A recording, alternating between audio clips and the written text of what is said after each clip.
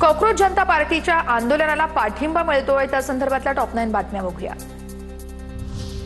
दिल्लीमधील 18 metro stations आज बंद राहणार आहेत। जंतर मंतरवरील आंदोलनाच्या पार्श्वभूमीवरती डीएमआरसीचा मोठा निर्णय आहे। पुढील आदेशापर्यंत मेट्रो स्टेशन्स बंद असतील। नवी दिल्लीच्या जंतर मंतर परिसरात आंदोलकांच्या संख्येत वाढ झालेली आहे। देशभरातून अनेक आंदोलक आंदोलनामध्ये उत्स्फूर्तपणे सहभागी होत आहेत। केंद्रीय शिक्षण मंत्री धर्मेंद्र प्रधान यांच्या राजीनाम्याची मागणी केली जाते। जंतर मंतरवरील आंदोलनामध्ये आता कॉर्पोरेटमध्ये काम करणारे युवक आणि युवती देखील सक्रिय झालेले आहेत। आंदोलनात सहभागी होण्यासाठी तरुण तरुणी रांगा लावून या ठिकाणी येत असल्याची माहिती मिळते।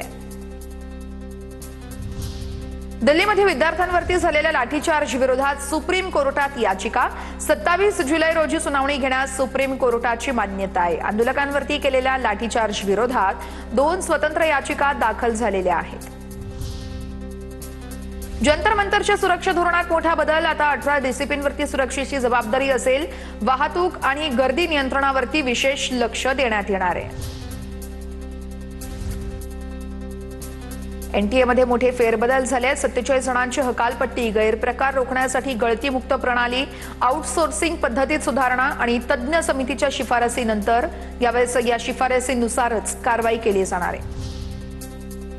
दिल्लीतील लाठीचार्जच्या घटनेविरोधात लातूरमध्ये काँग्रेसचा कॅन्डल मार्च। आमदार अमित देशमुख यांच्या अध्यक्षतेखाली हा मोर्चा काढण्यात आलेला आहे। आणि यानंतर आता आपण पाहणार आहोत आषाढी वारी संदर्भातल्या काही महत्त्वाच्या बातम्या।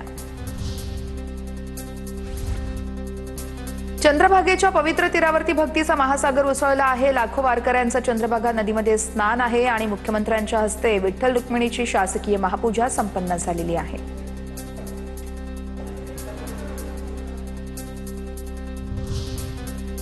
राज्यामध्ये चांगला पाऊस पडू दे, बळीराजाला दिलासा मिळू दे, शेतकऱ्यांच्या जीवनामध्ये आनंद येऊ दे, विठू माऊली चरणी मुख्यमंत्री देवेंद्र फडणवीस यांचं हे साकडं आहे। तीरावरती भक्तीचा महासागर उसळलेला आहे। लाखो वारकऱ्यांचं चंद्रभागा नदीमध्ये पवित्र स्नान, ज्ञानोबा तुकारामच्या जयघोषानं संपूर्ण परिसर दुमदुमला आहे।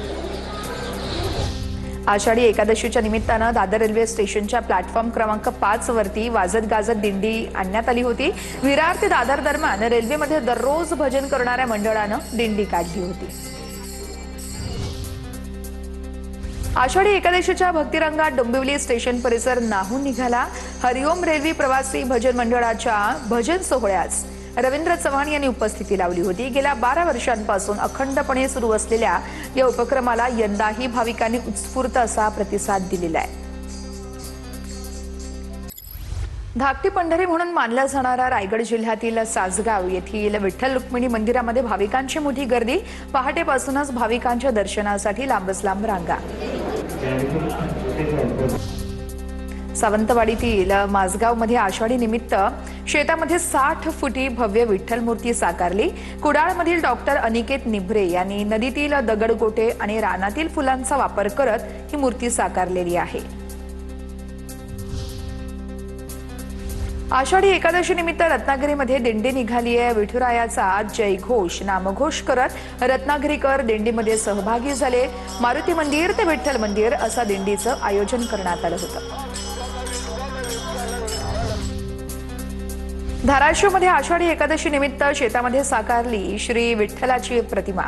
येडशीतील यशराज नलावडे या तरुणाची ही अनोखी कलाकृती आहे।